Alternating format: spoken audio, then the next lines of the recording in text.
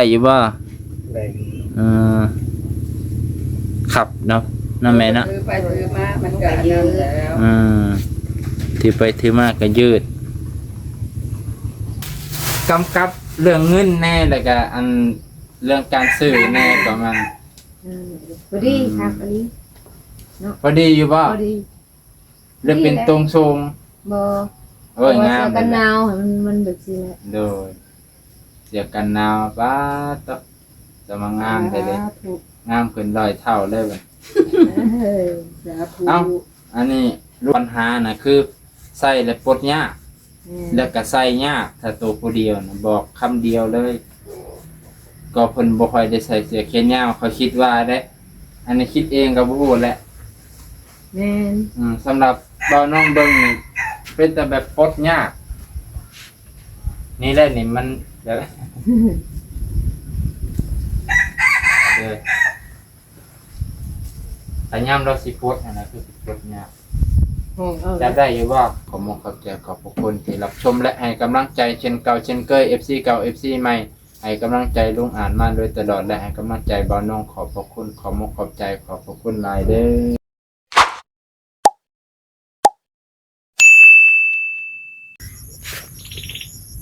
สบายดีพ่อแม่พี่น้องสวัสดีเด้อพ่อแม่พี่น้องฝั่งไทยและสบายดีพ่อแม่พี่น้องลุงป่าเบิร์ดสุขุสุคนที่อยู่ต่างประเทศและในประเทศวันนี้วันที่10 กรกฎาคมพี่น้องในช่วงเช้าของวันที่10ก็ได้มาหาลูกอัดเช่นเก่าเช่นเคยพี่น้องหลังจากวันนี้บ่าวน้องก็ได้มาช่วงเช้าหลังจากนั้นบ่าวน้องก็ได้ไปธุระเบิดมื้อเด้อพี่น้องเบิดมื้อแล้วเพราะว่าวันนี้ฝนตกฟ้าห้องแน่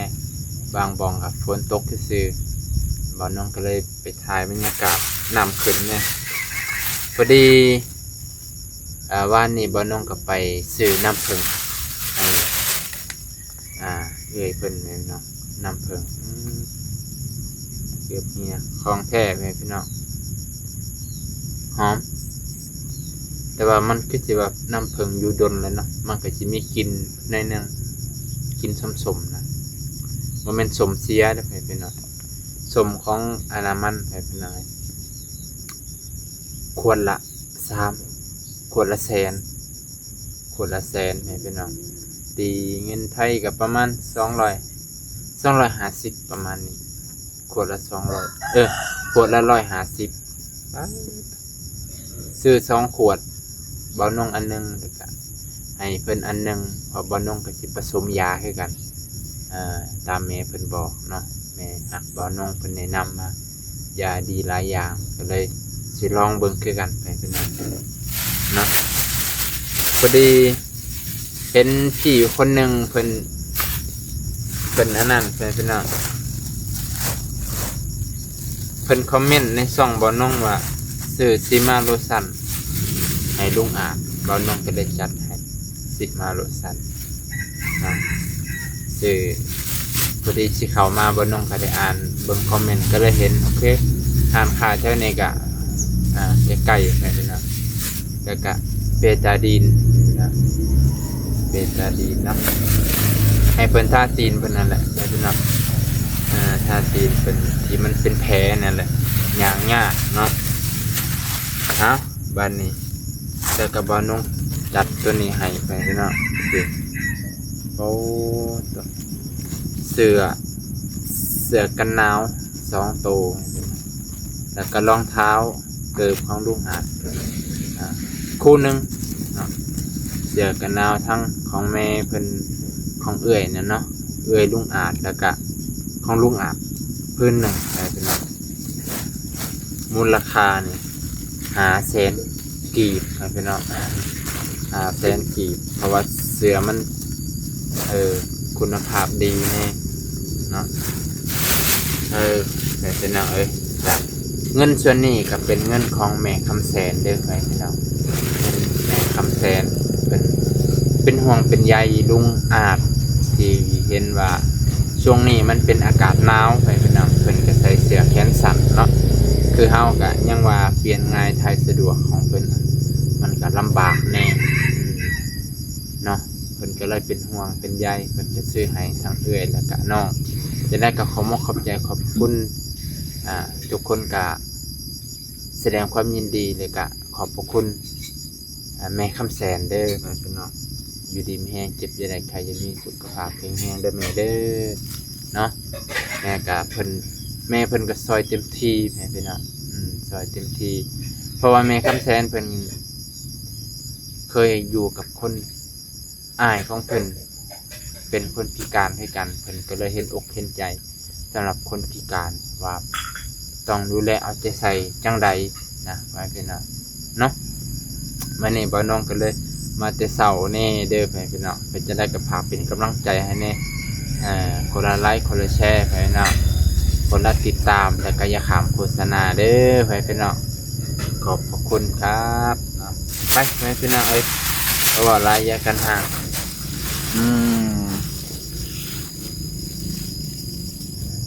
นี่ไปน้องสวนของเอื้อยเพิ่นมาเบิ่งข่าวๆสวนของเอื้อยเพิ่นไปน้องเพิ่นได้มีแต่แนวปลูกพังเบิดแถมมันนี่ดอกอัญชันพี่น้องดอกอัญชันหลายโอ้ยเนาะหุงข้าวแล้วก็เอาดอกอัญชันใส่ก็สีงามอันนี้เพิ่นสิมาปลูกบ่นี่หัวคาแล้วก็หมากนัดเพิ่นสิมาปลูกมาจากพี่นี่แหละเฮือนเอื้อของเพิ่นให้เป็นถ่ายเสียลายบ่ได้ถ่ายมุมมันนี่ถ่ายให้เบิ่งเพิ่นของเอื้อเพิ่นห้องที่ว่าทั้งลุมนี่มันก็กว้าง2 เมตรทางนี้2 เมตร5ทางนี้2 เมตร5 2ห้องนี่ก็5 เมตรส่วนลายยาวพุ่นก็จะเป็น6 เมตรให้เพิ่นเนาะโอเคเฮาก็สิเข้าไปทางในบ่าวนงมาหาเพิ่นแต่เช้าหาก็กินข้าวแล้วพ่อแม่พี่น้องเอ้ยกินข้าวกับหยังแม่ แกงหน่อไม้ แน่แกงหน่อไม้เลยแกงหน่อไม้แต่เช้าเลยเนาะสบายดีทุกคน แต่ว่านี่ เลยสบายดีลงอาจกินข้าวแล้วบ่เจ้ากันเลย ข่าวดาวบอนุ่งกินแล้วบอ โอ้ข่อยแห้งแต่เช้าแต่ตะเว้นยังบ่ทันกิน กินเพื่อสุขภาพเนาะ ข้อยก็กิน7 โมงกว่า บอนุ่งก็ยังกินเนาะ อันปิ้งปลาคอใหญ่ งาน โอ้ที่ป้าคอใหญ่ ปลาคอใหญ่มาฮอดแล้วก็เลยได้ปิ้งเพิ่นก็ซื้อมาแต่ตลาดนั่นแหละก็มาซื้อยามาให้ได้แม่ได้น้ำผึ้งคักแน่ได้นี่ โดย บินมาจากลัก35เมื่อวานนี่ โดยจ้า เหาะเฮินเดินอากาศ อันใด สบายดี โอ้ยสบายดีเด้อแม่เด้อกินข้าวกินน้ำ ดี แล้ว ไปงานบ้าง เด้อสบายดีเพราะว่าว่านนี่กะซื้อ2 ขวดให้เฮาขวดหนึงเฮาก็อยากผสมยาคือกัน โดย ก็เลยซื้อให้แม่ขวดหนึงให้เฮาขวดหนึง โดย คันเบิดจังว่ากันเด้อ โดย คันเบิดจังบอกได้สิไปซื้อให้เอง เขาว่าของแท้บ่ ของแท้บ่มีน้ำตาล อย่าไปว่าได้อันว่าเมื่อนี้น้ำตาลเบิดเด้อเพิ่นลงเพิ่นเจ้าขายน้ำผึ้งนี่เด้ โอ้ เจ้าขายน้ำผึ้งแล้วเพิ่นละลงเฟซ อ่า เฟซแล้วก็แล้วเพิ่นก็บอกว่าอันลูกค้าเอ้ยน้ำตาลเบิดแล้วเด้อว่ะ บ่มีน้ำผึ้งเด้อวันนี้เนาะน้ำตาลเบิดแล้วเพิ่นก็ว่าห่วงมวนไปเลยเพิ่นละของแท้เพราะว่าแถวนั้นมันก็เป็นดงเนาะแถวดงบางไฟเลยดงหมักไทยเนาะตา35ขี่รถไปเมื่อวานนี่โอ้ย ลูกไปฮอดทุนบ่วานนี่ แม่นเพื่อแม่นี่แล้วเพื่อจะได้มียาดีก็เลยว่าปัจจุบันไปบักไกลๆซื้อมาขวดเดียว บอกก็มันขวดเดียวกัน ตรวจเบิ่งก่อน ขวดเบิ่งกันไม่สมๆกินมันนิดนึง คุณชมกันน้ำนี่ แม่น โอ้ย แม่นอยู่บ่ซิมเบิ่ง บ่อยากปัดได้แล้วเอ้ย เป็นไดบ่คือของแท้ ลูกเบิ่งเนี่ย เบิ่งก็ฮู้ นำนี่เอาแม่ยาม ตรวจสอบเบิ่งผู้ชำนาญการลูกนี่ก็บ่ฮู้ได้ว่าแท้หรือบ่ แม่ยาม มันอยากมีอันนั้นแหละเป็นต้นเลย แต่ว่ามันก็บ่ได้เหนียวคือ เพราะว่ายามนี่ยามพ้น แม่น ยามนี่ยามพ้นมันอยากมีหน้า โดนแม่นควรแม่ยาม คันยามแรงค่ะมันเป็นแบบนั้นมันเป็นแบบว่า เหนียวเลย เนี่ยเลย อ่า อันนี้มันถือว่าคงแท้อยู่ยามพ้นมันมีหน้า จังหวาเด้อ เป็นปน เลยลองผสมเบิ่งตามที่เพิ่นบอกหันเด้อลูกอาจเด้อแม่ก็ผสมเป็นอยู่ติเนาะเป็นอยู่แล้วแม่เพิ่นก็ให้เป็นอยู่ วิธีกินก็อันนั้นแหละ ตามลุงอาจเบิ่งวิดีโอเมื่อวานนี่ก็บ่ได้ยากปานใดเฮาก็สิเฮ็ดกินคือกันเลยมื้ออื่นมื้อแรงสิลองเฮ็ดกัน บวงหนึ่งก็บ่ลงตอนเช้า ก่อนอาหารบวงหนึ่ง ตอนเช้าอย่างเดียว ตอนเช้าอย่างเดียว เป็นยา ใช้น้ำอุ่น น้ำอุ่นน้ำห้อนเลย มีกินมีหัวกระเทียม โดย แต่ก่อนเขาคิดว่าตักกินเลยบ่แมน มักนาวขิงกระเทียมเอาลงใส่ขวดโทแล้วก็เอาน้ำผึ้งเทลงให้มันถ่วมหน่อยหนึง มังนาวอันนี้ลายปานใดขีดนึงบ่ มักนาวหน่วยหนึงขันหน่วยใหญ่ฟานโดยก็ถือว่า บอกวิธีว่านี้แล้วเนาะบอกลุงอาจ โดย เพิ่นก็สิจื้อเยอะดอกคันบ่จื้อจังว่ากันไหมดีเพิ่นว่ายาดีหลายอย่างเป็นยาอายุวัฒนะอายุยืนอายุวัฒนะ ฟังที่ชื่ออายุวัฒนะเป็นจังได๋ขาอันตีนเจ้าไข้แน่แล้วบ่ ไข่แน่อยู่ แน่ซื้อยามาให้เพิ่นว่าไข้แน่เลย ไข่แน่ได้หน่อยหนึง หน่อยหนึงใส่ยาบ่หรือดีเอง ลวกน้ำเกลือ น้ำเกลือก็หน่อยบอก ก็หน่อยเคยใส่นะ ใส่น้ำเกลือเนาะ ต้มน้ำมัน กำเกลือใส่ แล้วก็ยืดได้ชั้นหนึ่งก็เอาตีนจุ่ม มันจะแล่นออกจากแสบได้จัง เลยบ่อยากให้เว้าแหละแต่ว่าข่อยก็ซื้อยามาคือเก่า มันจะเกิดมันเลย เอ้านี่ยานี่ โดยเดี๋ยวมัน ซิมาโรซัน จริงๆซิมาโรซันน่ะยาที่ขี้กากเนาะแต่ว่ามันก็ดีคือกันเลสิทาตัวนี้ก่อนแล้วก็เอาตัวนี้ใส่คาเสื้อ โดย เลยข่อยก็บ่มีหยังซื้อให้ซำนี้แหละ ใจ ไปพี่น้องมาซื้อยาให้เพิ่นก็ซื้อน้ำผึ้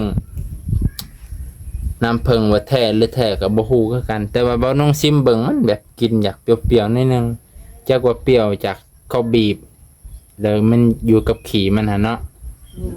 แล้วมันก็เลยเปรี้ยวถ้าว่าบ่แท้บ่ก็บ่ฮู้มันมีแนวกวดเบิ่งเนาะเขาอาจจะไปเอายามฝนมันก็เลยอันนั้นมันก็เลยอาจจะบ่เหนียวคือเฮากินจากหั่งโลดเอ้า บน แท้บ่แท้ก็บ่เป็นหยังดอกผสมใส่ตัวนั้นมันก็สิเป็นยาคือเก่าแหละ โดย บัดอยู่ในห้างเนี่ยบางเทื่อแห้งบ่แท้เด้เนาะอยู่ในห้างมื้อนี้มีของดีมาฝากได้ลุงงานเด้ โดย เสื้อแขนยาวนี่ใส่ได้อยู่บ่ ใช้ได้อยู่ บ่ ยันว่าใส่แล้วปลดยากถอดยากเนาะแม่เนาะ โอ้ย เป็นเห็นแต่ใส่แต่เสื้ออันแขนสั้นแต่ว่าลุงอาจเพิ่นอาจสิเป็นคนขี้ฮ้อนก็บ่ฮู้คือกันได้ ขั้นคนจักมากอะที่หอดนั่นแหละ ย่านเพิ่นเป็นคนโรคฮ้อนก็เลยบ่มักใส่เสื้อแขนยาวเพิ่นได้ให้ซื้อเกิบให้พร้อมก็มันน่ะเอาลองใส่เบิ่งถือบ่ฮู้ข่อยก็คิดว่าเบอร์ใหญ่สุด คือ เมื่อกี้ว่าสิเอาเบอร์8บ่แม่นแล้วล่ะคันแบบนี้กับแบบเกือบแห้งหนีบเนาะ ยังมี ยังทำอยู่ อืมในห้างนี่มีแต่เบอร์10ส่วนหลายคนลาวตีนบ่ค่อยใหญ่กว่ามันจังใดได้อยู่บ่ ได้อยู่ เออขับเนาะนั่นแม่เนาะ ซื้อไปซื้อมามันก็เยอะแล้ว อืมถือไปถือมาก็ยืด เบิ่งในฝันกัน อืม เดี๋ยวจะพยายามได้ ก้มขึ้นเลยลุกขึ้นยากเนาะ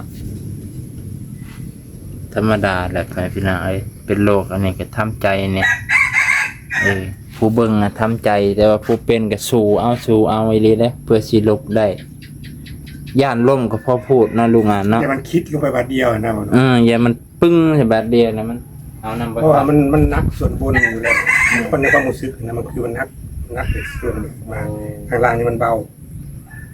เพราะว่าสังเกตตัวเองนะเวลายางมันกับมันมาก้ม มันคิดดอยลงไปของมันตามธรรมชาติหรือไงมันเฮ็ดเขาได้เลยนะยางที่แรกนี่มันก็เขาก็ตั้งตัวเที่ยงได้ แต่พอเขายางไปแล้วมันสิค่อยๆก้มลงไปของมันเอง มันสิค่อย เด้อ ๆมันเป็นด้วยตัวของมันเอง แล้วพอเขายืนหรือเขายืนพัก ให้มันได้แห้งเขาก็ง่ายขึ้นมาอีก นี่ ย่าง เป็น ไป เอง ต่อย่างไปต่อไป เอา เป็นแบบนี้นะ เข้าใจว่ามันว่าเฮ็ดเองเนาะ โอ้ย มันเกิดเองนะ มันเกิดเอง อยากทรมานตัวเองแบบนี้ ใครที่อยากเป็นก็มีใครอยากเป็นดอกได้โลดนี่อ่ะโอ้ย เองได้สันเอาเพิ่นน้องเอ้ยเพิ่นอธิบายฉะจางชัดเจนแหละอาศัยสองข้างเบิ่งได้บ่ต้องจับข้างหนึงเพิ่นเนาะมือต้องจับอะไรก็ได้จับมือจับไม้ ผู้นี้เลยว่าน้อง แห้งหักตีนจะได้แห้งบาดซะเลยเนาะในห้างน่ะมีแต่เบอร์10ใหญ่สุด ผู้นี้แล้ว บ่บาดดอกจังน้อยแม่สิให้เพิ่นเดินทุดงนำมัน โอ้ให้เพิ่นย่างทุดง ทุดง บัด บัด ออกกำลังกายเนาะบัดตีนแห้งเนาะ บัดนี้บัดมันอากาศมัน บัดอากาศมันร้อนเอานั่งสั่นสวยพี่เนาะสิเซอร์ไพรส์ทั้งเอื้อยทั้งอ้ายแม่มานั่งน้ำกันแม่ เอาแม่มานั่งนำกัน นี่ นั่งงงได้ วันนี้ไล่นี่ไกลๆลุงอาบ มาแม่ย่ามา ป้าของอันนี้ของเอื้อย ผู้งามเลย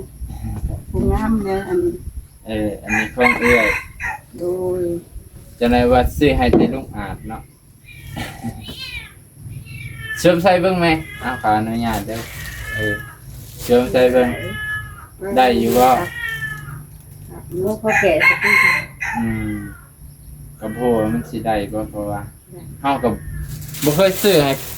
ผู้ใดไผเพิ่นน่ะบ่เคยมีครอบครัวสิแหละ มันก็เลยยากสิกะอิหยังก็ยากกะเสือกะแพขนาด เอ้ยลูก ว่า อย่าลืมเด้ออย่าลืมเด้อผู้ดีเด้อ เลย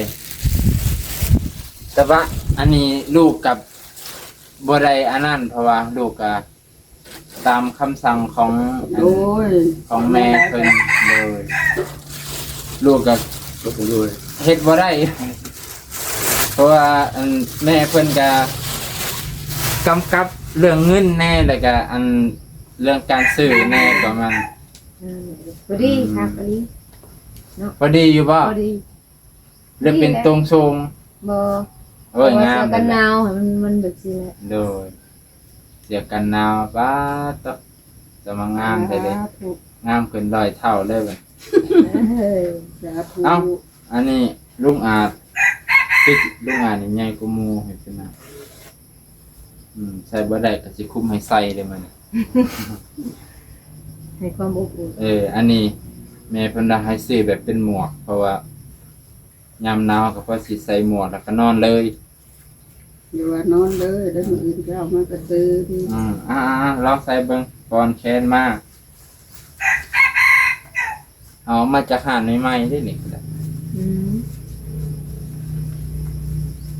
ปลดยากเลยเพิ่นพี่น้องปัญหาน่ะคือใส่แล้วปลดยาก แล้วก็ใส่ยากถ้าตัวผู้เดียวนะบอกคำเดียวเลย ก็เพิ่นบ่ค่อยได้ใส่เสื้อแขนยาวเขาคิดว่าได้ อันนี้คิดเองก็บ่ฮู้แหละ แม่น สำหรับบ่าวน้องเบิ่งนี่เป็นแต่แบบปลดยาก นี่แหละนี่มันแบบ เด้อแต่ยามเราสิปลดอันนั้นคือสิปลดยาก ห้องเอา จับได้อยู่บ่นี่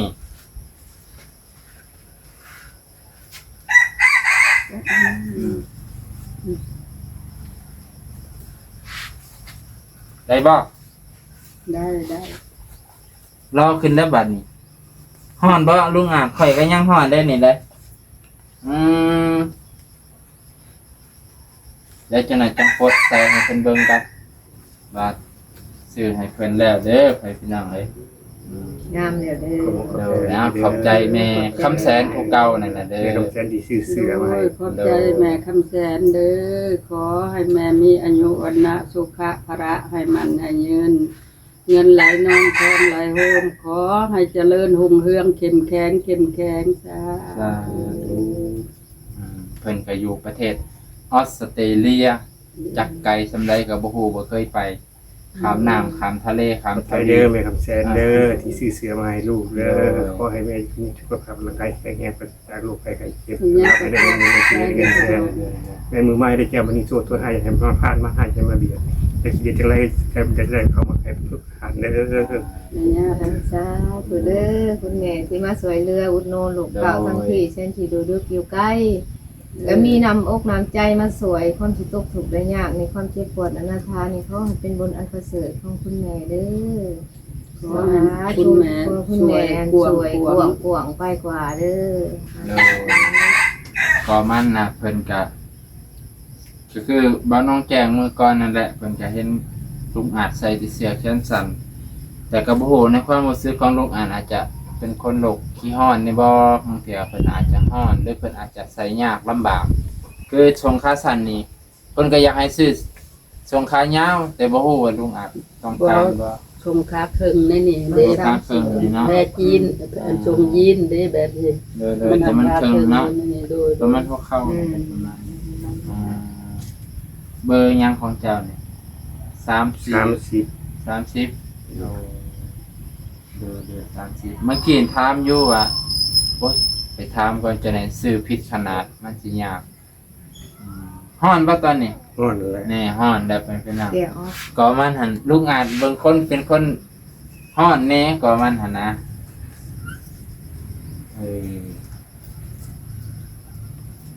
แก้ง่ายอยู่ว่ายังแก่ หายแล้วคำภาษา พันมือบสั่นน่ะง่ายเนาะเอาใส่ยำหนาวได้สันใส่เฉพาะยำหนาวเท่านั้นจักสิได้ใส่บ่ ใส่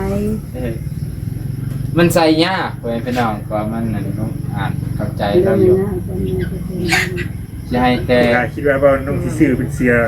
กีฬาแขนยาว เอาแบบเป็นแบบแขนยาวแบบบางๆนะบ่ โดย แต่ว่าแม่เพิ่นน่ะตั้งว่าให้ซื้อแต่แบบนี้บ่แม่นแบบนี้ล่ะเพิ่นว่าเอาแบบที่มันอุ่นเพิ่นย่านเจ้าหนาวเพราะว่าเพิ่นเห็นว่าเจ้าหนาวเจ้าสั่น เสื้อบ่วงแบบที่แต่ว่าให้มันแขนยาว เสื้อเป็นประเภทแบบนี้แต่แขนยาวเนาะ เสื้อยืด เสื้อยืด เข้าใจแล้วสันเอามื่อหนาเมื่อไหร่จังว่ากันดีเท่านึงไปพี่น้องมื่อนี้ก็เอาไปใส่ย่ำหนาวอีหลีเนาะ โดย 11 12นี่บอกเลยหนาวเด้ แม่น ปีนี้แห้งสีหนาวกว่าเก่าปีกายนี่ก็หนาวแล้วปีนี้ก็สีหนาว เพราะว่าอากาศ มันก็แปรเปลี่ยนไปหลาย ทุกปีพยากรณ์อากาศมัน แปรพันธุ์ไปหลายไปพี่น้องก็ย้อนมนุษย์เฮานี่แหละอยู่ในโลกแล้วก็ทำลายโลกกับปกติเนาะมันพัฒนาไปเรื่อยๆโลกมันก็เสื่อมลงเรื่อยๆนั่นแหละพี่น้องความทันสมัยขึ้นไป ธรรมศาสตร์มันก็จางลงไปคือกันบ่มีหยังสิยั่งยืนดอกในโลก อีกต่อไปก็บ่ฮู้ว่าประเทศลาวจากบ่มีหิมะก็สิได้หิมะตก แม่ ขนาดปีกายนี้เนาะอันยังก็อัน บางคลิป มามาเก็บตกจากบ่เคยเห็นมาเก็บลงเป็นทองคำปั้นนั่นแหละเนาะอันนี้ก็มาซื้อให้เพิ่นแล้วถือว่าเป็นเรียบร้อยแล้วให้พี่น้องบ่าวน้องก็สิจบเพียงเท่านี้ก่อนมื้อนี้อาจสิได้ไปอันใดเอาทานบ่แม่นี่บ่ได้เอามื้อหน้าก่อนเด้อ ได้แล้วก็ได้ ไปพี่น้องเอ้ยคนค้ายให้สอบแล้วเท่าใดแม่อยู่เนี่ย 9,000 โอ้แต่ก่อน17 18เดี๋ยวนี้20แหละเพราะว่ามันสิหอนยามฝนเด้มันสิแพงนะพี่น้องมื้อนี้ก็สิจบเพียงเท่านี้ได้ลงงาน โดย กินข้าวกินน้ำแล้วบ่ กินแล้วเนาะ โอ้กินข้าวเมื่อกี้นี่มื้อนี้เพิ่นกินข้าวแต่เช้าเด้เมื่อวานนี่9 โมงก็ยังทันกิน เลย มื้อนี้เพิ่นกินข้าวแต่เช้า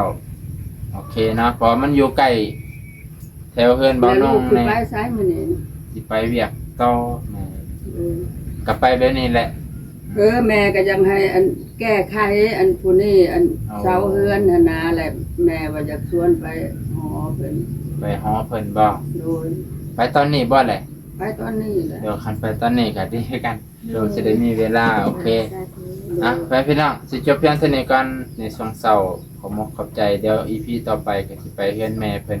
สิไปเบิ่ง เพิ่น เฮือน มีซาเล้งบ่เป็นซาเล้งบ่ บ่ได้เป็นมอเตอร์ไซค์ แม่ย่าไปคนเดียวเด้อ โดยขอ ไป ม กับ ขอบใจ กับ เด้ แม่ย่าเด้ อ อ ไปพี่น้องลุงป้าที่รับชมและให้กำลังใจลุงอาจและก็ซื้อเสื้อซื้อผ้าแล้วก็ เป็น อำนวยความสะดวกให้ลุงอาจจากการที่ว่าเกือบสิบ่มีผู้ใดซอยบ่าวน้องก็มาถ่าย 4-5 เทื่อในช่วง 4-5 เดือนหลังก็ยังบ่มีวี่แววเนาะจังไดก็บัดนี้ก็ถือว่าโชคดีของลุงอาจแล้วก็ได้บุญผู้ที่ให้พร้อมให้พี่น้องจังไดก็ขอขอบใจขอบพระคุณที่รับชมและให้กำลังใจเช่นเก่าเช่นเคย FC เก่า FC ใหม่ให้กำลังใจลุงอาจมาโดยตลอดและให้กำลังใจบ่าวน้องขอบพระคุณขอบใจขอบพระคุณหลายเด้อ สาธุสาธุ ผู้ค้าก็ขอมกขอบใจเด้อ FC ทุกท่านและผู้ใหญ่ทุกท่านผู้ว่าอยู่ทั้งในประเทศและต่างประเทศก็ขอมกขอบใจยังเป็นกำลังใจให้เสมอมาเนาะ โดย มุนมีอย่างไรก็ขอให้ทุกท่านทุกดีมีแห้งปราศจากโรคภัยไข้เจ็บสาธุ โอเคสาธุ